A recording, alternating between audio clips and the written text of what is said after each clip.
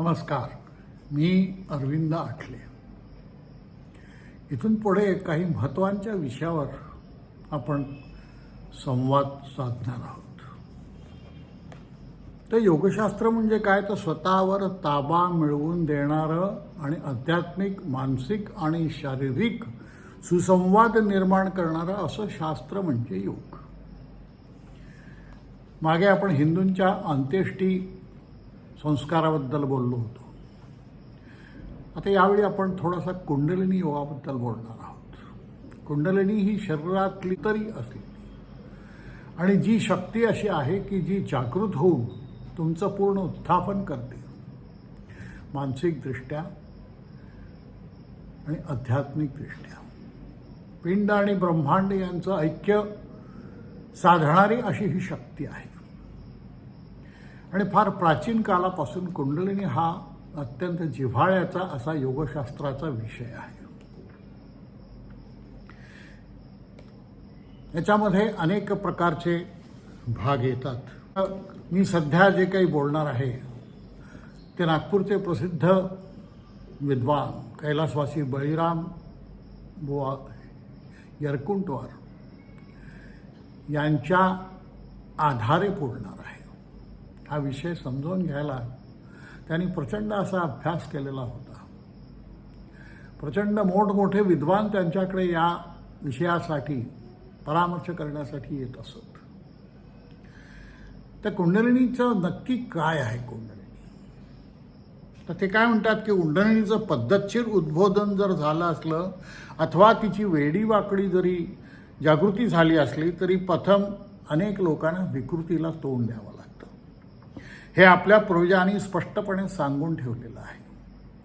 या दृष्टीने ज्ञानदेवांच्या 6व्या अध्यायातील कुंडलिनी जागृतीचं रेखीव वर्णन मननीय आहे. मूलबंधाने कोंडला जाऊन खवळलेला अपान वायू बालपणापासूनची सर्व घाण बाहेर काढतो शरीरातली. शरीर शुद्धी करते कुंडलिनी. म्हणजे प्रत्येक सप्तचक्रामध्ये जाऊन ते चक्र शुद्ध करत मूलाधारापासून पूर्ण शेवटच्या चक्रापर्यंत ती जात असते आणि शरीराचं शोधन ही शक्ती करत असते. आणि त्या वायूच्या आघातानं कुंडलिनी जागृत होऊन ती शरीर खाऊ लागते असं ज्ञानदेवांनी वर्णन केलेलं आहे. तो योग आणि आधुनिक मनोविश्लेषण यांचं मर्म सांगणारा असा हा विषय ज्ञानेश्वरांनी सांगितलेला आहे की जो मूळबंधे कोंडला अपान वायू माघवता मुरडला, तो सवेची वरी साकडला धरी फुगू क्षोभलेपणे माझे वा या ठाई गाजे मणिपुरेसी झुंजे राहोनिया. मग थावलीये वाहटुली सैंद घेऊनी घर डहुळी बाळपणींची कुही टोळी बाहेर घाली. धातूंचे समुद्र उलंडी मेदाचे पर्वत फोडी आतील मज्जा काढी अस्थिगत. नाडी ते सोडवी गात्रांते बिघडवी साधका ते भेडसावी परी बिहावे ना. तरी घाबरू नका. गुरुवर प्रचंड विश्वास ठेवा. हे सगळं जरी प्रचंड प्रमाणात शरीरात होत असलं तरीही तुम्ही घाबरू नका. व्याधी ते दावी सवेची हरवी आप पृथ्वी कालवी एकवाट तव येईकडे धनुर्धरा. आसनाचा वारा शक्ती करी उजगरा कुंडलिनी. ते कुंडलिनी प्रचंड शक्ती आहे. ती कशी जागृत होते आणि काय होते याचं सविस्तर वर्णन ज्ञानेश्वरीच्या 6व्या अध्यायात अत्यंत विस्तृतपणे केलेलं आहे. तर शरीर कुंडलिनी काय करते, तर शक्ती ही स्वयंभूपणाने शरीर आणि मन यातून खवळून उठते. ती आत्मतंत्र सेल्फ डायरेक्टेड आहे. तिला वेगळी मग दिशा कोणी द्यावी लागत नाही. तिच्या प्रक्रियेपेक्षा तिला अडवणाऱ्या शरीर मनाच्या विकृती जास्त त्यात अडथळा उत्पन्न करणार आणि याची यथार्थ ज्ञानग्रहणाची पात्रता दर्शवते. हे ज्ञानेश्वरीवरून प्रकट होते. योगाभ्यासाकरता अगोदर षटक्रियाद्वारे शरीर शोधन करण्याची गरज आहे. हे मागे तुम्हाला मी याच्यावर स्वतंत्र व्याख्यान घेतलेलं होतं. ही पद्धती भारतीयात आहे. त्याचं मर्म हेच आहे की जागृत होणाऱ्या कुंडलिनीचं संभाव्य अडथळे दूर करायचे. यासाठी या षटक्रिया आहेत. धौतीपासून त्राटकांपर्यंतच्या या षटक्रियांकडं या दृष्टीने पाहायला पाहिजे. तर ज्ञानेश्वरांनी काय म्हणतंय की साधका ते भेडसावी परी बिहावे ना. भेडसावळ कितीही तरी घाबरू नका. या प्रकारे सावध करून जो मुद्दाम धीर त्याने दिलेला आहे ते पद्धतशीरपणे कुंडलिनी जागृत करणाऱ्यांना उद्देशून जसा आहे तसाच तो अकल्पितपणे तिची जागृती झालेल्यांनाही उद्देशून आहे. अकल्पितपणे कुंडलिनी जागृत झाल्यामुळे मूळ सुदृढ असलेल्या व्यक्ती कशा खालावून जातात याचं उदाहरण योगी अरविंदांचे गुरु श्री विष्णू भास्कर लेले यांचा आहे. त्यांचा अभ्यास वेगळा होता, पण पूर्वजन्मींच्या संस्कारामुळे त्यांची कुंडलिनी जागृत झाली आणि मूळची बळकट अंगकाठी ढासळली. श्री नारायण महाराज केडगावकर यांनी त्यांना आपल्याजवळ ठेवून घेऊन ती शांत केली आणि मग ते पूर्ववत झाले. अशी काही उदाहरणं आपल्यासमोर मुद्दाम ठेवलेली आहेत. तर ही आपण उदाहरणं पाहिली पाहिजे, याचा अभ्यास केला पाहिजे. केवळ भावनेतून या गोष्टी करण्याच्या नाही आहेत. वस्तुतः कुंडलिनी काहीशी अव्यवस्थित आणि भ्रामक आहे. हा जो योग आहे कुंडलिनी योग, योग म्हणजे जीव आणि परमात्मा यांचं ऐक्य. ही मूळ घटना जर लक्षात घेतली तर योगाचे खरे प्रकार 4च संभावू शकतात आणि हेच प्रतिपादन शास्त्रीय आणि तर्कशुद्ध असं आहे. जीवात प्राण, मन, वाणी आणि बुद्धी या ज्या 4 शक्ती आहेत त्यापैकी कोणत्याही एकाच्या द्वारा हे ऐक्य घडू शकते. जीव आणि शिवाचं प्राणाधिष्ठित हठयोग, मनोधिष्ठित राजयोग अथवा ध्यानयोग, वागधिष्ठित मंत्रयोग आणि बुद्ध्याधिष्ठित ज्ञानयोग असे हे प्रमुख 4च योग संभवू शकतात. यांच्या मिश्रणाने मग अनेक प्रकारचे योग केले गेले. त्या दृष्टीने कुंडलिनी योग हा योग नव्हे तर ही एक प्रक्रिया आहे, हे लक्षात घेतलं पाहिजे. ज्या ज्या योगात कुंडलिनी जागृत होऊन ऐक्य साधते तो कुंडलिनी योग अशी केवळ ढोबळ व्याख्या करण्यानं योगाविषयी शुद्ध आणि शास्त्रीय समज होण्याऐवजी उलट गोंधळ होईल. आपण अतिशय सखोलपणे यावर विचार केला पाहिजे, मंथन केलं पाहिजे. दृष्ट्या जर पाहिलं तर मध्ययुगात हठयोग आणि तंत्रमार्ग यांनी कुंडलिनी जागृतीच्या क्रियेवर खूप भर दिला होता आणि सारी साधना त्यावर उभी केला असं जरी दिसत असलं तरी ती परंपरा फार प्राचीन काळापासून चालत असली पाहिजे हे अनुमान श्री गणपती अथर्वशीर्षाच्या एका निर्देशावरून करता येते. त्वं मूलाधार स्थितोऽसि नित्यं त्वां योगिनो ध्यायन्ति नित्यं अशी जी एक निर्देश आलेला आहे. हा उल्लेख हा जरी एकाकी वाटला तरी तो या कुंडलिनी संबंधी माहिती देणार आहे. ती कुंडलिनी मूळ शक्ती ही मूलाधार स्थितोऽसि नित्यं, तिथून गणेशाचं स्थान सांगितलेलं आहे.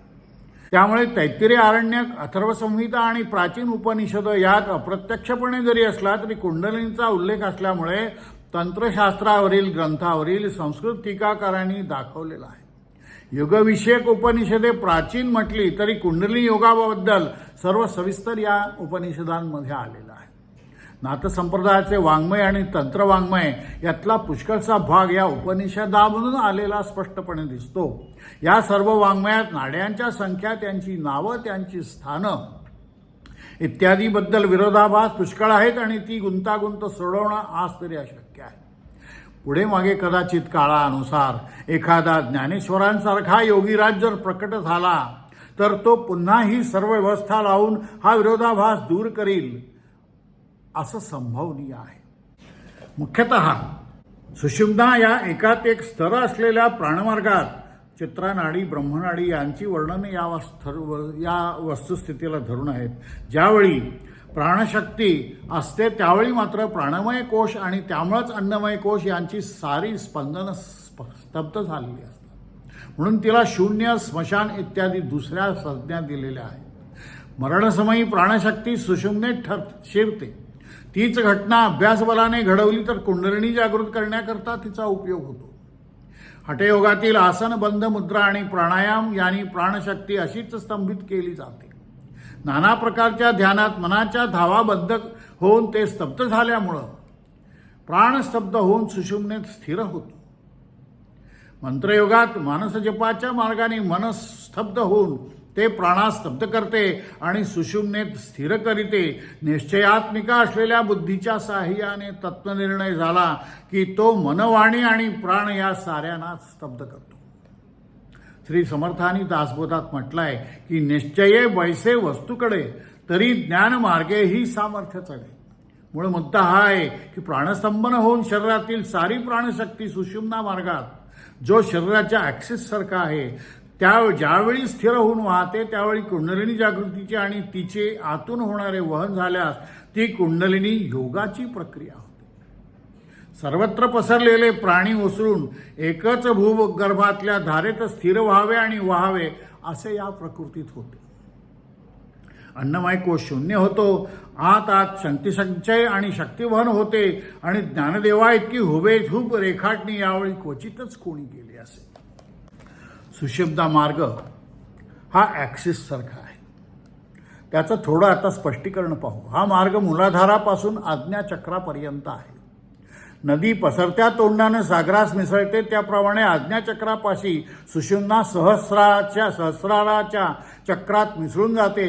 मूलाधारात तिचा मार्ग कुंडलिनी आपल्या शेपटीने बंद करून ठेवते असे जे वर्णन आहे किंवा भस्त्रिका प्राणायामाच्या द्वारे कफ नाहीसा होऊन आज्ञाचक्रात सुषुम्ना व्यक्त होऊन मोकळी होते असे जे हठयोग प्रतिपिका ग्रंथात म्हटले आहे, यावरून या मार्गाचं स्वरूप आणि महत्त्व लक्षात येते. श्री ज्ञानदेवांची शब्दरचना लक्षात ठेवण्यासारखी आहे. 6व्या अध्यायात मध्यमेची नि दादराहुनी हृदया आली असं सुषुम्ना मार्गाने आलेल्या कुंडलिनीचं वर्णन आहे. 12व्या अध्यायात मग कुंडलिनीचे टेंभा आधारी केला उभा तया चोजविले प्रभा निमथावरी असा आणि त्याच्या पुढे मग मध्यमा मध्य विवरे तेणे कोरिवे दादरे ठाकिले चवरे ब्रह्मरंध्र असा उल्लेख आहे. टेंभ्याप्रमाणे ताठ उभा राहून मस्तकात प्रकाश भरणारी आणि कोरीव काती व जिन्यानी ब्रह्मरंध्रात जाणारी अशी 2 प्रकारची कुंडलिनी. तिच्या गमनाची ही वर्णनं 2 वेगवेगळ्या अनुभवांची द्योतक आहेत.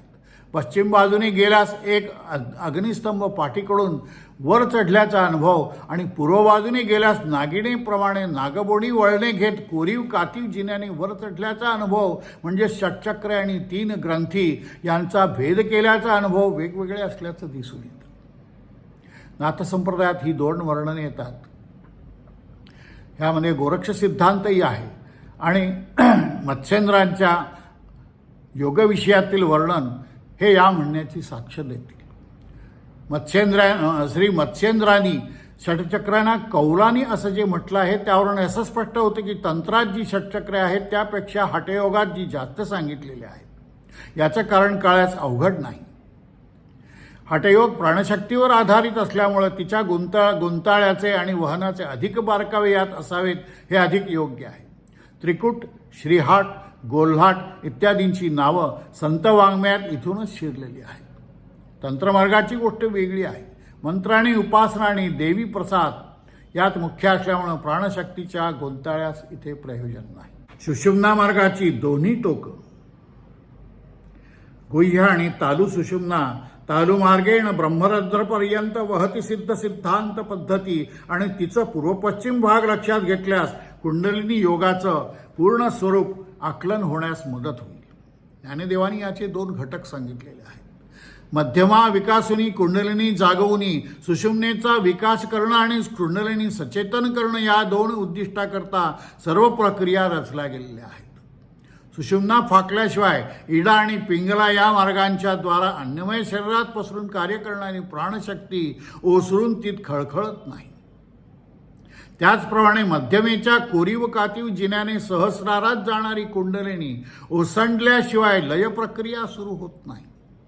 हठयोग असो की तंत्रयोग असो यातील सर्व अभ्यास या 2 साधनांच्या दृष्टीने बसवलेले आहेत. सुषुम्ना सत्वगुणात्मक सुखदायिनी असल्याचे शास्त्र सांगतं. तिलाच राहूची ही उपमा दिलेली आहे. इडा आणि पिंगला तमोगुणात्मक व रजोगुणात्मक असल्याचे त्यांच्या कार्यावरून दिसते.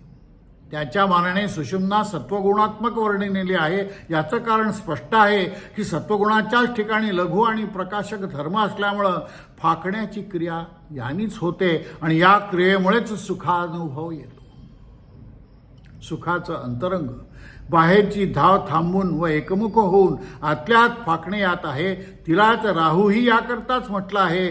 चंद्र आणि रवी म्हणजे इडा आणि पिंगला यांना ग्रहण लावून त्यांचा असतं ती करते आणि बाहेर फाकणारा प्रकाश ती आतल्या आत कोंदून घेते. किती अत्यंत गहन असं हे शास्त्र आहे. हठयोग आणि तंत्रयोग यात भ्रूमध्याला फार महत्त्व आहे. इडा, पिंगला, सुषुम्ना या 3 नाड्या मूलाधारात एकत्र असतात. तिथून त्या वेगवेगळ्या फुटतात आणि पुनर्भ्रूमध्यात एकत्र येतात. हठ आणि तंत्र या योगातील उच्चकोटींचे अनुभव इथेच येतात. हे आज्ञाचक्र होय आणि इथेच रुद्रग्रंथी असते. मन अथवा चित्त इथेच विरू लागतं. स्पर्शान कृत्वा बहिर्बाह्यान या श्लोकावरील ज्ञानदेवी बहारीची आहे. ती काय चित्रण करते तर सहजे तीही सद्धी फेटी. तेथ जेथ भ्रू पल्लवा पडे गाठी तेथ पाठमोरी दिठी पारखोनी. सांडूनी दक्षिण वाम प्राणापान सम चित्तेसी व्योम गामी एक करीती. तैसी रथ्योदके सकळे घेऊनी गंगा समुद्री मिळे मग एक एक वेगळे निवडू नये. अत्यंत हा असं बहारीचं वर्णन या ठिकाणी पुढे केलेले आहे. आणि जिवायच्या ठिकाणी जी चिज्जड ग्रंथी जो असतो त्याला त्रिवेणी संगमात तो उरतो. रुद्रग्रंथी म्हणजे चिज्जड ग्रंथी.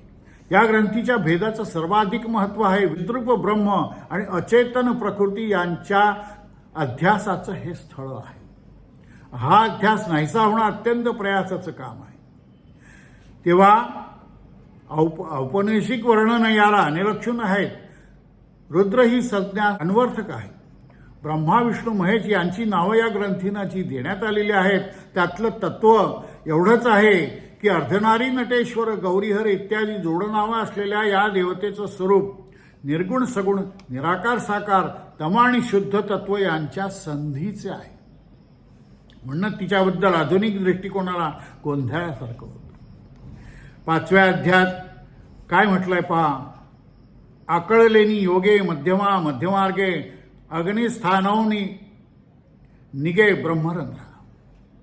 तेथ अचेत चित्ताचा सांगत आहाच वाणा दिसे मांडतू.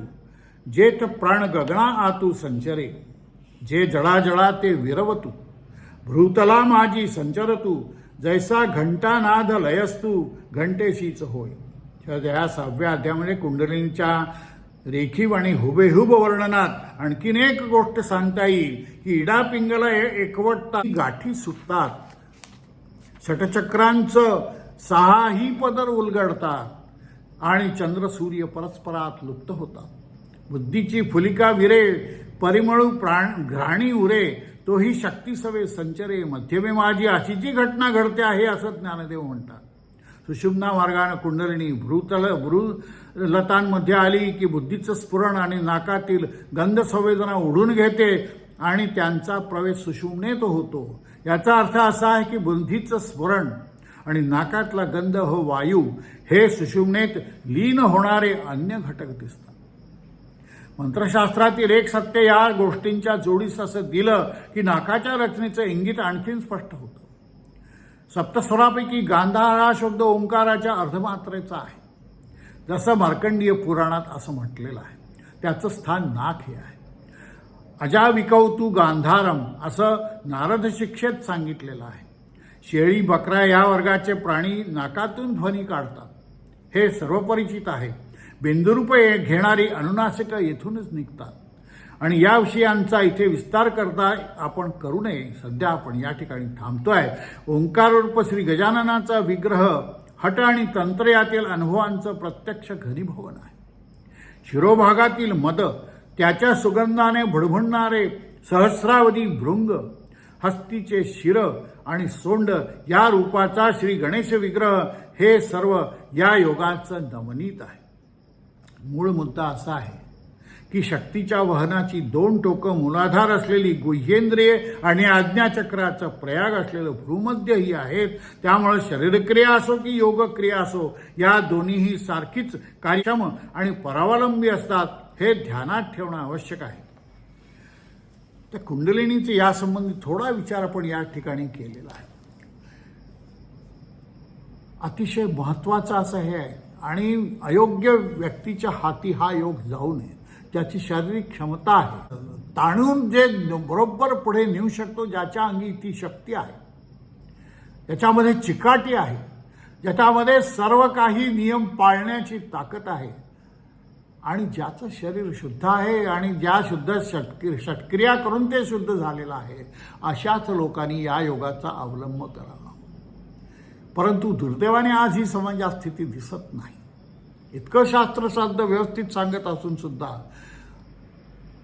कोणालाही ती शक्ती वाटण्याचं कार्य जे होत आहे हे अत्यंत वाईट आहे. मी एका ठिकाणी एका गावात हे बघितलं की ऑटो रिक्षामध्ये त्याची पॉम्पलेट वाटली जातात आणि इथे इथे या प्रकारची कुंडलिनी शक्तीचा योगाचा दीक्षा दिली जाते असं सांगणारी पॉम्पलेट मी पाहिलेली आहे. अशा प्रकारे कोणालाही हे वाटण्याचं माध्यम नाही आहे, लक्षात घ्या. त्या जीवाचं नुकसान होईल अशा आहे. तुमचा होईल जास्त, हे जाहिरात होईल, सगळं काय होईल, परंतु हा हेतू यात नाही आहे. यात हेतू त्या जीवाचं कल्याण करणं हा आहे. आणि त्यात जर त्याचं अकल्याण होणार असेल पुढे जाऊन, तर त्याची जबाबदारी ज्यांनी ते दिलं आहे त्यांची आहे, हे त्यांनी विसरू नये. सध्या तरी कुंडलिनीबद्दल एवढंच सांगतो आहे. मी ह्या माझ्या अनुभवजन्य ज्ञानातून हे बोलतो आहे. वेगवेगळ्या क्रिया कशा होतात मी अनुभवलेला आहे, आणि त्यातूनच हा सावधगिरीचा इशारा तुम्हाला द्यावा, यासाठी या कुंडलिनी योगावर बोलण्याची मला आज इच्छा झाली. नमस्कार. पुढे आणखीन काही विषय आपण असे घेणार आहोत.